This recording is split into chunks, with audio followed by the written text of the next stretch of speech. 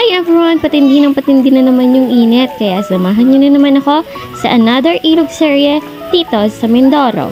Hi mga guys! So by the way, ito nga pala ay super duper late upload na kasi nga wala akong time nun kasi may pasok, hindi ako makapag-edit, hindi ako makapag-voice over. So itong ilog na ito ay sa Mindoro pa rin at ito ay matatagpuan sa Kalima, Pola, Oriental, Mindoro. So, hindi ko na nga matandaan kung anong araw to, kung kailan ito. Pero, nagkayayaan lamang ito, walang plano. At, syempre, wala naman akong motorsiklo, kaya nakiangkas-angkas lang ako dyan. So, nagmula kami ng Bakawan, umikot kami ng Pinamalayan, papunta sa Kalima. Kasi nga, wala pa naman diretsyong daan mula Bakawan, Pola, papunta sa Kalima. So, totoo nga pala niyan mga Messy Heart ay first time ko ding makakapunta ng Kalima.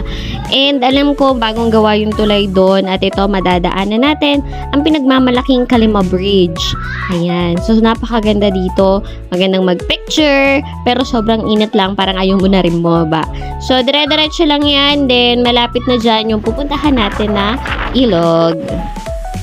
Niyaya nga pala ako dyan mga Messy Heart ang mga kaibigan ko sa Bakawan, and you know what, magsi 6 years na din ako sa Bakawan sa lugar na pinagtuturuan ko, and masasabi ko naman na sa dami ng pinagdaanan ko, ito mga kaibigan ko rin yung nakatulong sa akin para malampasan ng lahat ng yun. Shoes! And sa truth lang naman tayo, malaki talaga yung naitulong nila para sumakses tayo sa pag-move on natin. Charot lang. Kat kailangan mag-move on. Anong pinag-move on mo, Messi? Ayan, so lakad-lakad lang pagkababa namin doon, nag-entrance lang. Or environmental fee tayo na 20 pesos. Then, naglakad lang kami pataas kasi walang tubig dito sa baba. Parang El Nino, charot. Doon sa taas pa talaga yung liguan. And yan, habang ginagawa at ini-edit ko nga pala tong video na to ay bumalik sa akin yung mga pinagdaanan ko. At least ngayon, bumabalik na lang siya, hindi ko na siya nararamdaman. And grabe pala. Grabe yung napagdaanan ko and grabe din yung nakayanan ko. Kaya I'm so proud and thankful na napagdaanan ko lahat yon and kinaya ko lahat ng yon. So, ayan, nagdrama na tayo. Bumalik tayo dito sa ilog. At ayan na nga, nandito na kami sa unang part na pwedeng maligo. Pero dahil nga may mga nandito na naliligo na, ay pinili namin na doon na lamang kami sa taas maligo. So, ayan, nakikita nyo na may maliligo na dyan. At yun na nga, mga Messy Heart. So, nagpunta na nga kami dito sa bandang taas. Dahil nga pala dito, wala masyadong taong naliligo. And as nakikita nyo naman dyan sa tubig, napakalinaw and medyo malalim din yung tubig dyan.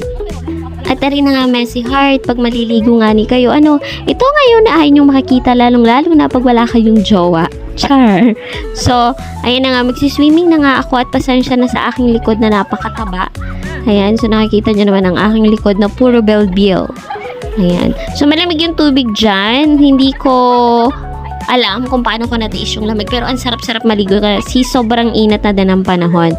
And yan, nagpapapicture sana kami kay Ate Lian, pero yung magaling naming friend todo video na pala. Thank you so much, shout out sa'yo Eliza. At arin na nga, nandini na sa ilog ay puro chismisan pa rin. Dumayo lang po ng chismis din sa ilog.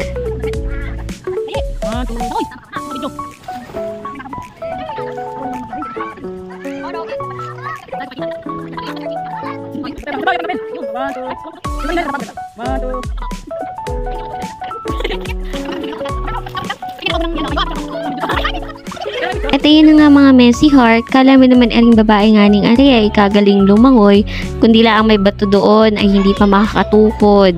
So, swim-swim lang kami dyan hanggang ari na mga iba kong mga kasamahan din ay maya-maya ay may balak na palang ibang agawin.